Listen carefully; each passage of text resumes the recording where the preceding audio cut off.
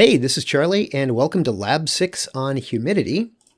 Let's take a look at the learning objectives, and for the slides for this version, I made them into links that hopefully take you to the correct section of the slides so that you can find how to find specific humidity, how to find maximum specific humidity, how to find the dew point temperature, how to calculate relative humidity, how to calculate and evaluate the specific humidity deficit, and finally, how to enter numbers in Canvas so you don't have a hard time with it.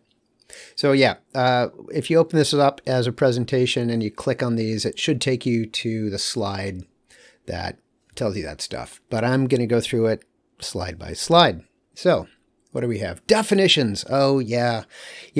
I think it would be a good idea for this chapter especially to have a sheet of notes with the definitions and the formulas and some of the other information at your fingertips, especially the rounding requirements for the answers.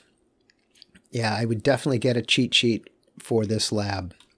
So definitions: humidity, saturation, dew point temperature, specific humidity, maximum specific humidity deficit, relative humidity. So there's a whole bunch of key terms in this chapter, and it's going to be really important for you to get them straight in your head, especially things like the difference between specific humidity, maximum specific humidity deficit, and relative humidity. I know that there's a whole lot of terms being thrown at you. Hopefully you'll be able to keep them straight. So humidity, it's just water vapor in the atmosphere. If there's water vapor, which is a gas, water when it evaporates is a gas, and it behaves just like oxygen or nitrogen, which is a kind of weird idea. But up to 4% of the gas in the atmosphere is actually water vapor. So the amount that can be present, not how much actually is, but the amount that can be present is a function of temperature. The higher the temperature is, the more energy is available to evaporate water. So maximum specific humidity is going to be a function of temperature. If you know what the temperature is, there's a chart, you just look it up and it tells you what the maximum amount of water vapor you could have is. So humidity, it's just water vapor in the air. Higher temperature doesn't mean that there is more water vapor, just that there could be more water. There's energy in the atmosphere available to evaporate water. But for example, if you're in the Sahara Desert, there could be tons of energy in the atmosphere ready to evaporate water. But if there's no water to evaporate, there's no water to evaporate. So that would be the difference between the specific humidity, which is what there is, and the maximum specific humidity, which is what there could be. Saturation is when the relative humidity is 100%. We say the air is saturated. Any addition of water, so if you try to add water, you're going to get condensation, or if it gets cooler. If the air cools, then you're going to get condensation when the air is saturated. Dew point temperature is the temperature at which a given mass of air becomes saturated. So if the relative humidity is 100%, whatever that temperature is, that's dew point temperature for that mass of air.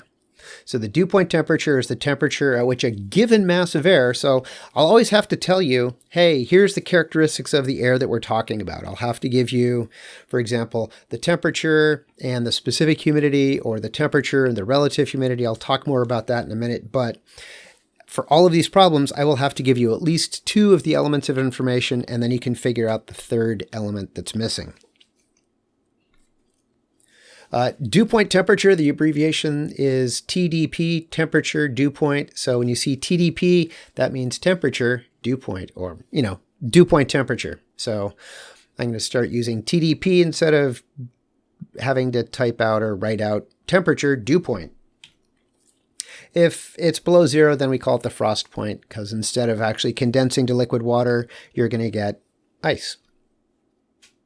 Some pictures of condensation. If you've never seen dew on a glass or frost on your window, both of those are examples of condensation. So let's talk about specific humidity and maximum specific humidity. So specific humidity is how much water vapor is present. That's it. Super simple. How much water is present. It is expressed in the mass of water vapor, expressed as grams of water vapor per kilograms of air. So grams of water vapor per kilogram of air. And a kilogram of air is about a cubic meter, a cubic yard. So if you imagine a floating cube of air 3 feet by 3 feet by 3 feet, that would weigh about a kilogram. So for example, 10.6 grams per kilogram is how you would express specific humidity. Both specific humidity or max specific humidity, both of those are going to be expressed in grams per kilogram, rounded to 1 decimal place. I'll talk more about that later.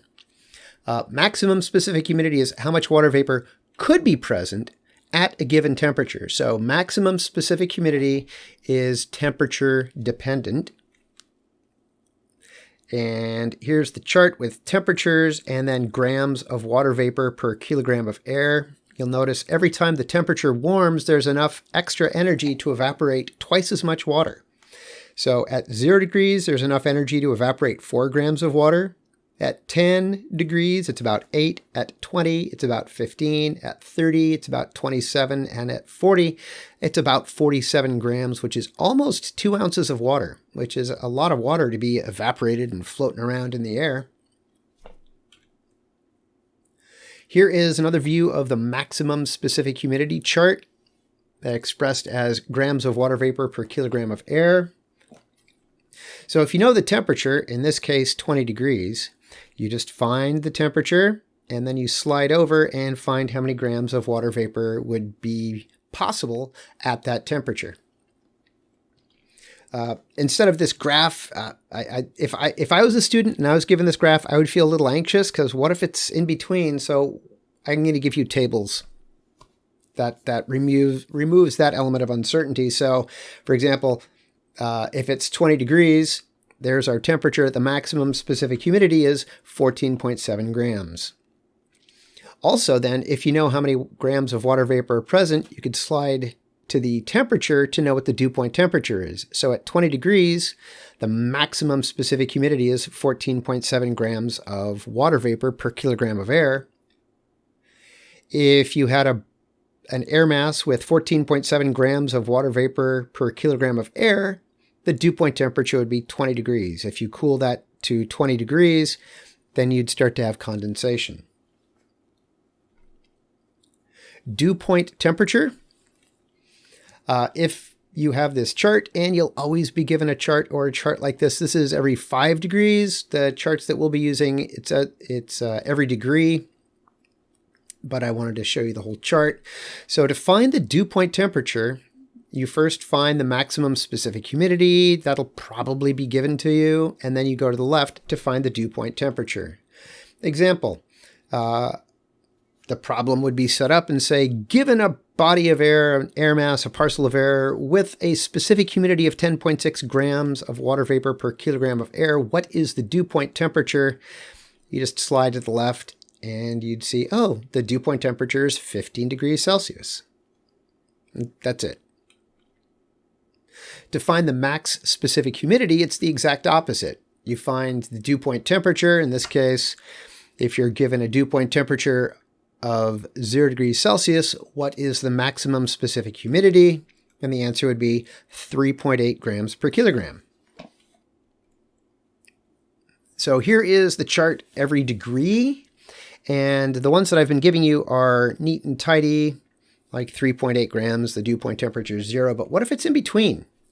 What if your dew point temperature is like 5 grams? So it's in between 3 and 4. Well, instead of just sliding over to the temperature, you're going to slide over and then take the cooler temperature. So the reason for this is if you had a air mass, a body of air, an air parcel with 5 grams per kilogram of water vapor, it's not going to condense at 4. We have 5, so once it cools to 4, you're not going to get condensation. By the time it cools to 3, you're going to have condensation. So we're just going to use the cooler temperature.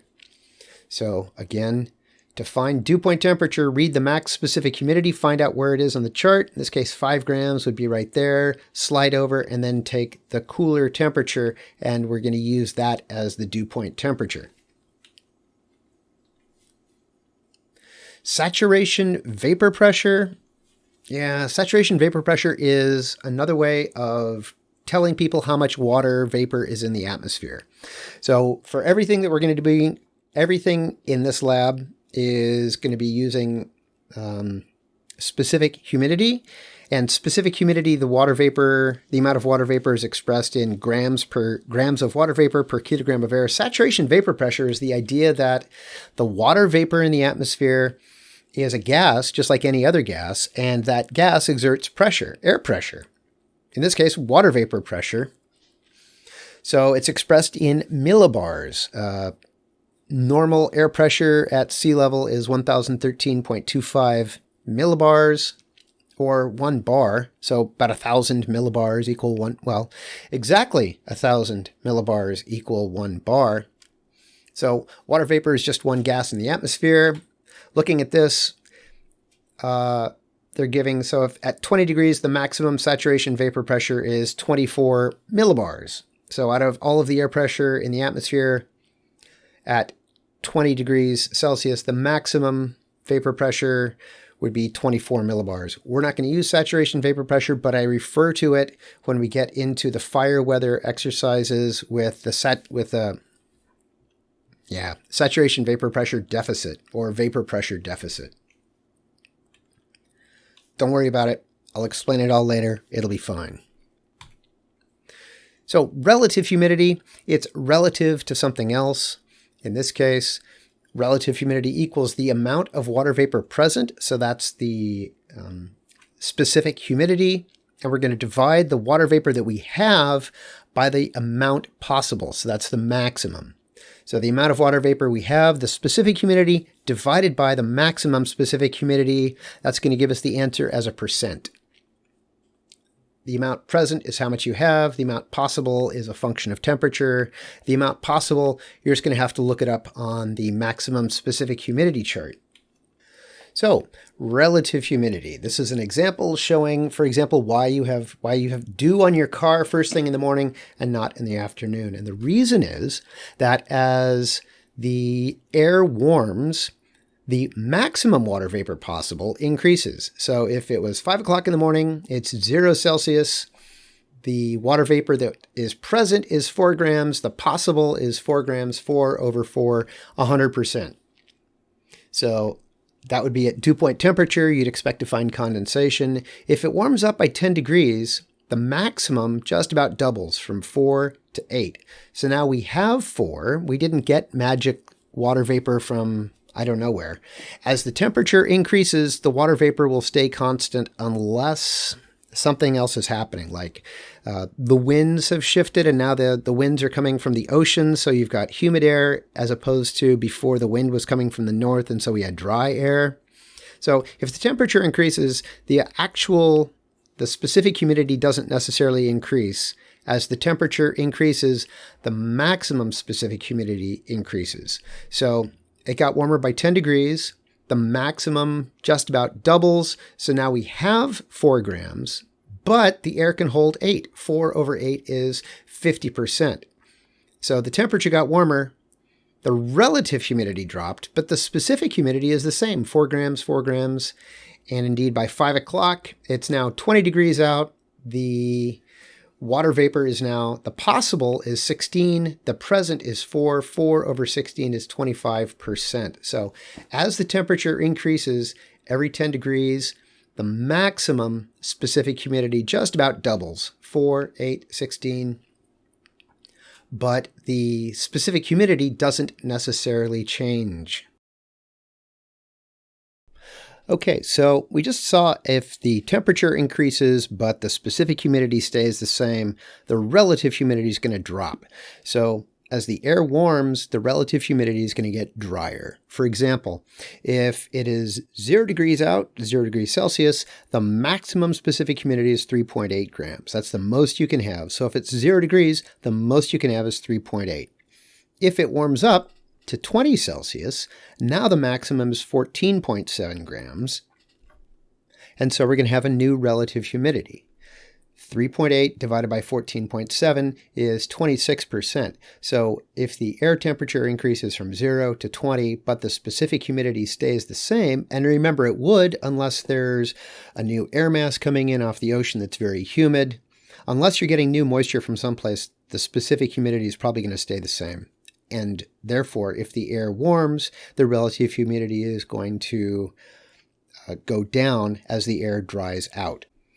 Okay, the opposite is going to happen as the air cools down. So, for example, let's take air at 35 degrees Celsius, and let's say it's at 100% relative humidity. 36.4 grams is the maximum at that temperature, so that's what we've got because the relative humidity is 100%. If that air cools down, for example, if you bring it into your house because you're running your air conditioning system, that air, when it cools to 20 degrees, the maximum specific humidity is only going to be 14.7, so the difference is going to condense out. The difference between the starting of 36.4 and the ending 14.7 is going to be 21.7 grams of water vapor that are going to condense. This is also the reason that you might have heard, although you probably haven't heard it unless you've lived on the East Coast, that it's too cold to snow. You can see that the maximum specific humidity as the temperature goes up increases rapidly. But as the temperature goes down, the maximum specific humidity numbers are really, really low. Like at -15, the maximum is 1.3. 0.8 grams, 0.6 grams. So half a gram of water vapor per kilogram of air. Hardly any water vapor at all.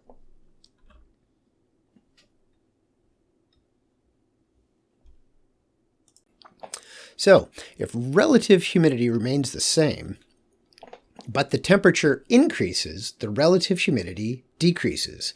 So the hottest time of the day is usually the time of day with the lowest relative humidity. If the specific humidity remains the same, but the temperature goes down, the relative humidity increases.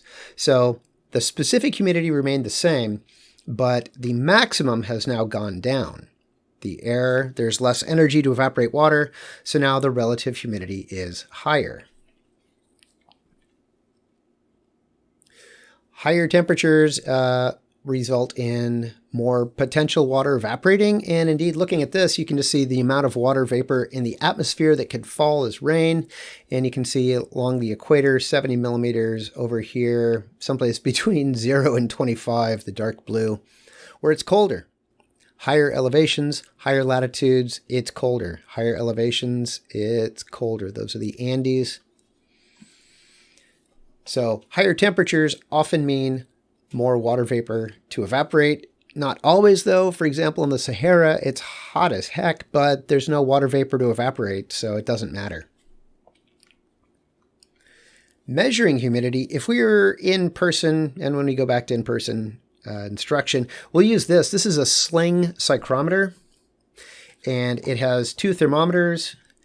As water absorbs heat, water evaporates, cooling the thermometer. So you've got a wet bulb and a dry bulb. This one has a cotton wick. The cotton is wetted.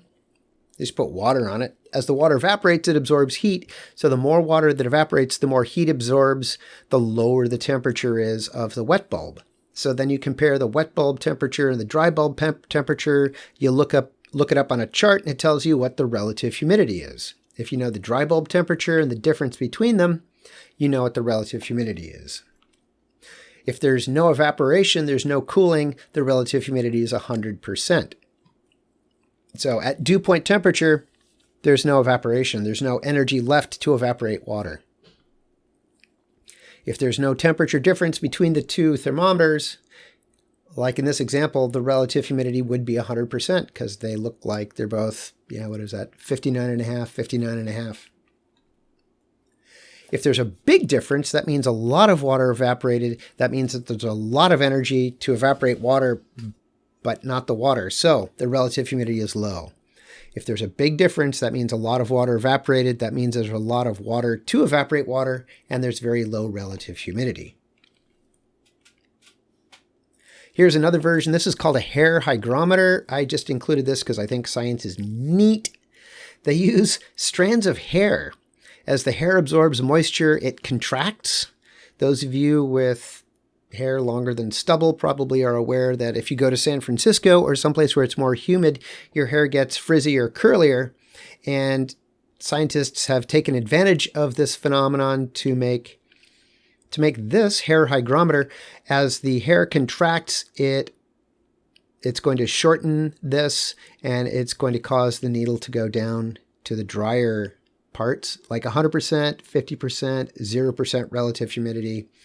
And then as the hair absorbs moisture, it's going to stretch out and the weight is going to fall. The little needle goes up. That is a hair hygrometer. All right, let's go over some of the key important parts. Specific humidity, it's just what you have. Relative humidity is what you have compared to the amount you could have at that temperature. Temperature is just what it is. Dew point temperature, it's the temperature at which you'd get condensation for that parcel of air. And then we have relative humidity and specific humidity. So relative humidity is the amount of water vapor present divided by the amount of water vapor possible. The amount of water vapor possible is a function of the temperature. So if you know what the temperature is, you just look it up on the chart, and that tells you what the max specific humidity is. Amount present is how much you have. Amount possible is a function of temperature. This is expressed again as a percent. So we find the max specific humidity at a given temperature. Then you can find the dew point temperature given a specific humidity. And then we can calculate relative humidity if we're given specific humidity and a temperature. We could calculate the specific humidity if you're given relative humidity and a temperature.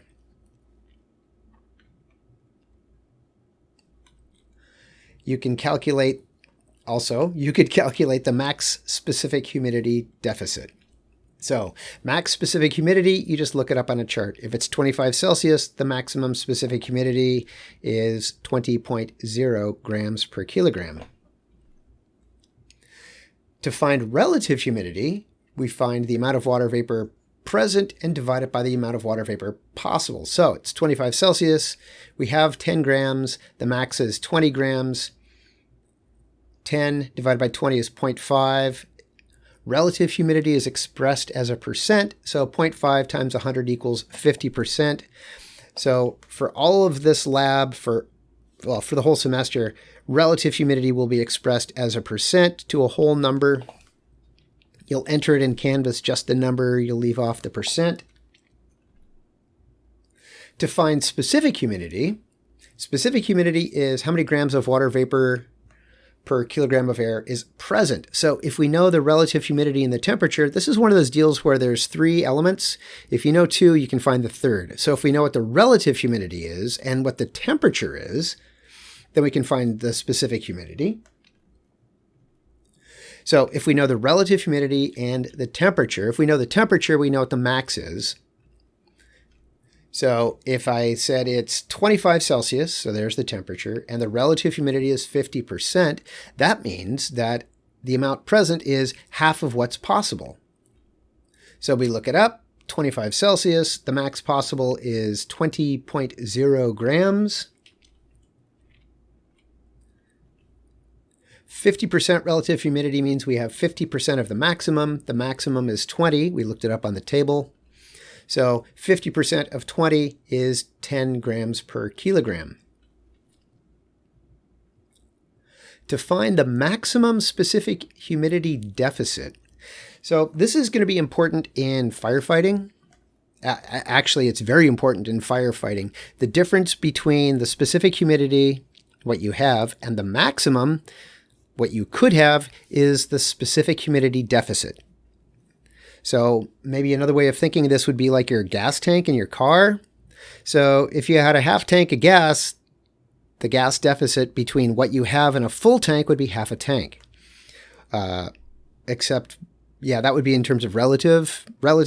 So if you had a 10-gallon gas tank and it had 5 gallons of gas in it, the deficit the difference between what you have and the maximum would be 5 gallons. So the maximum specific humidity deficit is the difference between the specific humidity, what you actually have, and the maximum specific humidity.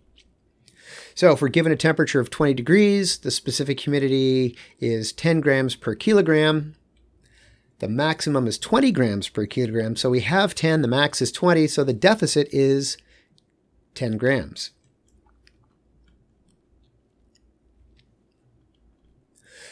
So we can find the specific humidity and find the max specific humidity deficit. So given a temperature of 30 degrees Celsius and a relative humidity of 15%, so if we know what the temperature is, we can look up on the chart and find what the maximum is. If we know what the relative is and the temperature is, then we can know what the specific humidity is.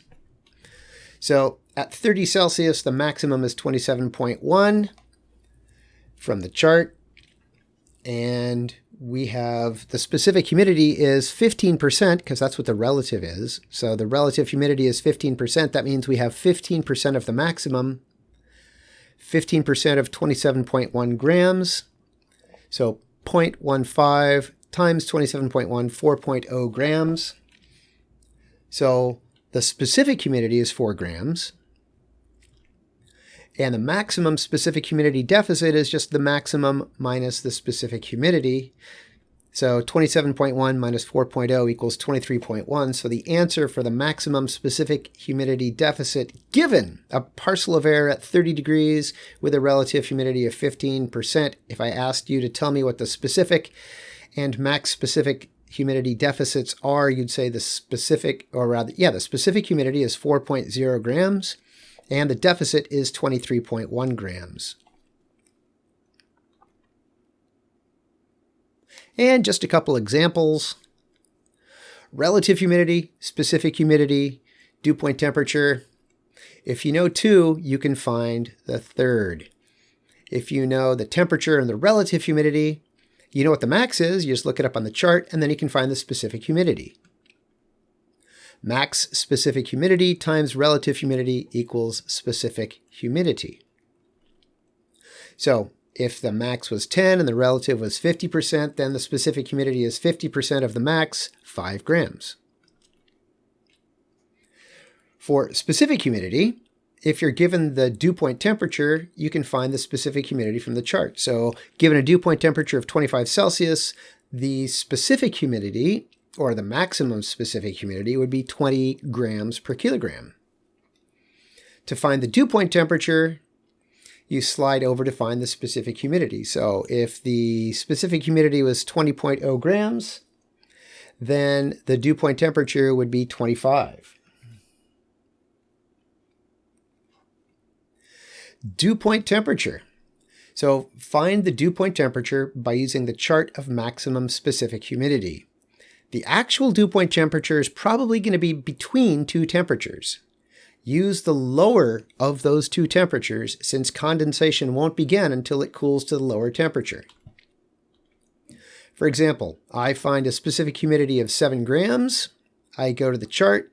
The maximum specific humidity at 9 degrees, the maximum at 9 is 7.2. The maximum at 8 is 6.7. We have 7 grams.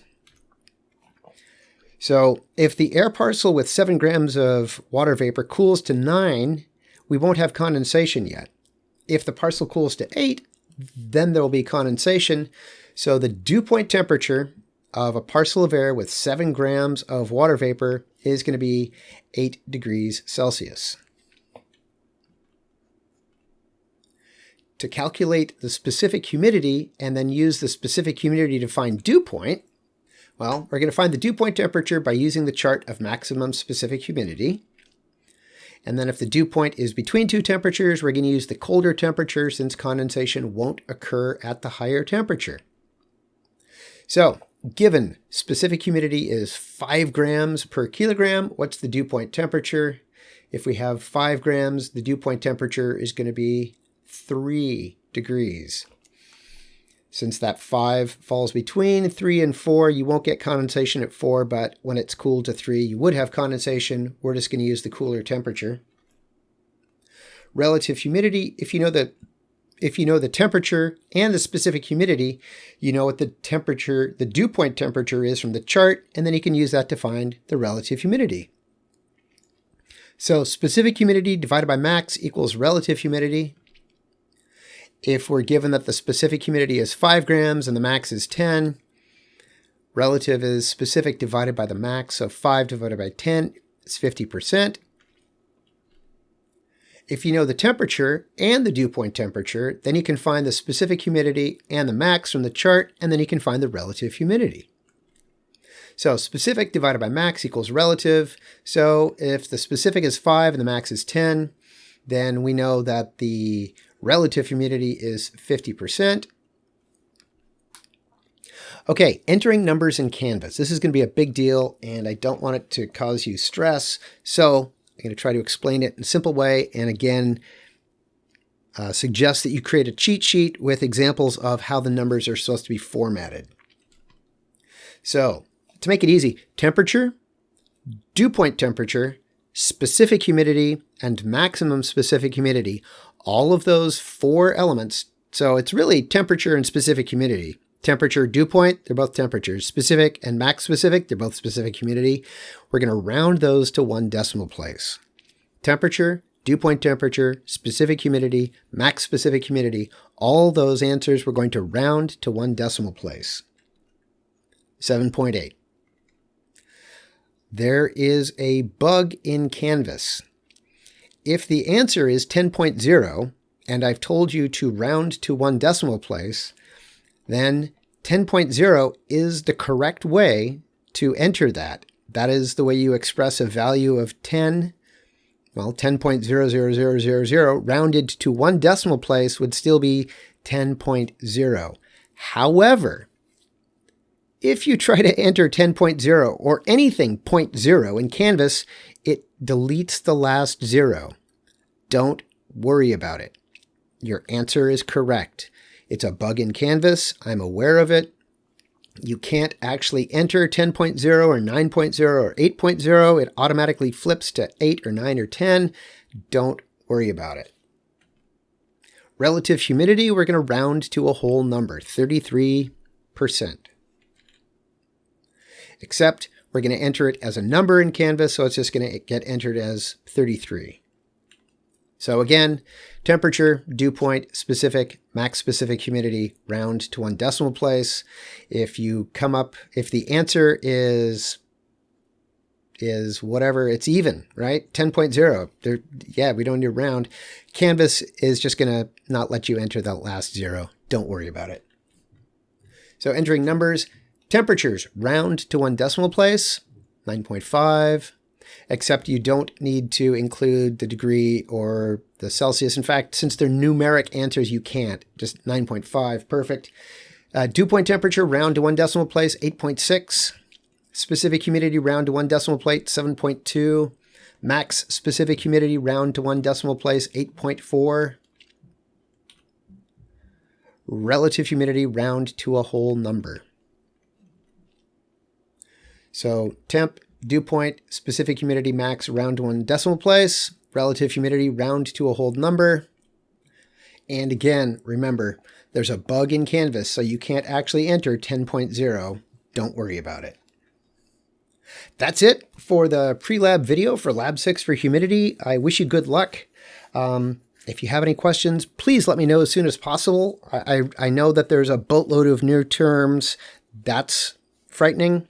I know that there is a lot of math. That's frightening, but really it's just going to be subtraction and division for the most part.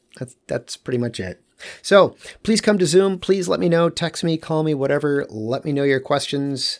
And I wish you good luck on the lab.